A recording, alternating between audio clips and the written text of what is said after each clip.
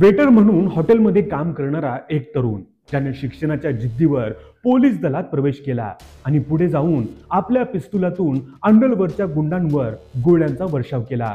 हा माणूस म्हणजेच दया नाईक।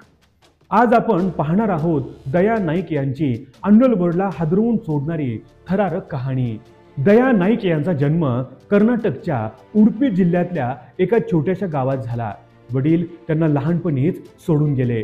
आईसोबत राहून दया नाईक यांनी आपल्या गरिबीच्या परिस्थितीला सामोरे गेले।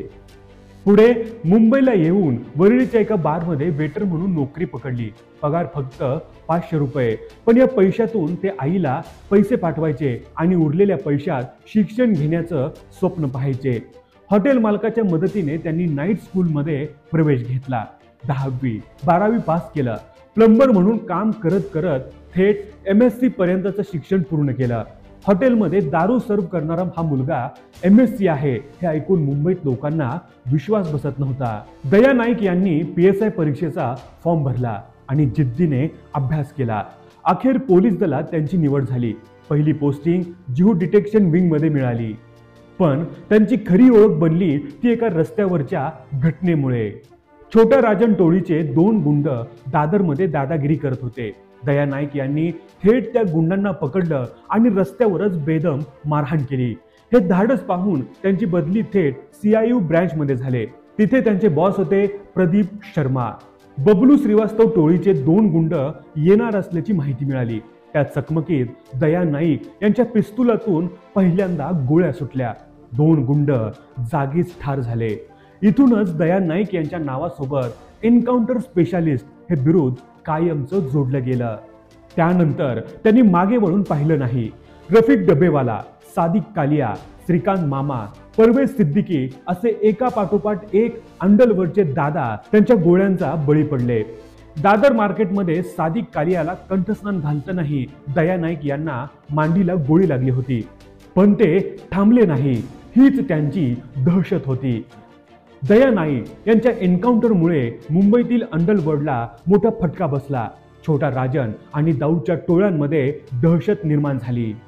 याच काळात बॉलिवूडलाही दया नाईक यांच्या कथेची भुरळ पडली। त्यांच्या जीवनावर आधारित अनेक सिनेमे चर्चेत आले, पण दया नाईक यांना प्रसिद्धीपेक्षा आपलं गाव आठवलं। त्यांनी आपल्या गावात शाळा उभारण्याचा निर्णय घेतला। पण इथूनच सुरू झाली वादाची मालिका। शाळेच्या उद्घाटनाला बॉलिवूडमधील अनेक मोठे कलाकार उपस्थित होते। यामुळे एका पोलीस अधिकाऱ्याकडे एवढा पैसा कुठून आला असा प्रश्न निर्माण झाला। त्यांच्यावर बेहिशोबी मालमत्तेचा आरोप ठेवून ACBने चौकशी सुरू केली।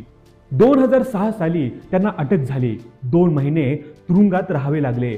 पुढे 5 वर्ष निलंबित अवस्थेत ते लढत राहिले। मात्र 2010 मध्ये सर्वोच्च न्यायालयाने त्यांच्यावरील सर्व आरोप फेटाळले आणि ते पुन्हा पोलीस दलात परतले। 2018 साली पोलीस निरीक्षक पदावर बढती मिळाली। मनसुख हिरेन प्रकरणात त्यांची बदली झाली होती, पण ते पुन्हा मुंबई पोलीस दलात रुजू झाले। आज मुंबईचं अंडरवर्ल्ड संपलं आहे, पण दया नाईक यांची दहशत अजूनही जिवंत आहे। निवृत्तीच्या अवघ्या 4 दिवस आधी त्यांनी ACP पदाची बढती मिळाली आहे। दया नाईक यांची कहाणी ही फक्त एन्काउंटरची नाही, ती आहे संघर्ष, जिद्द आणि सत्यासाठी लढणाऱ्या माणसाची कथा। तर मित्रांनो, ही होती एन्काउंटर स्पेशालिस्ट दया नाईक यांची थरारक कहाणी। अशाच थरारक क्राईम स्टोरीसाठी पाहत रहा बोल बिंदास।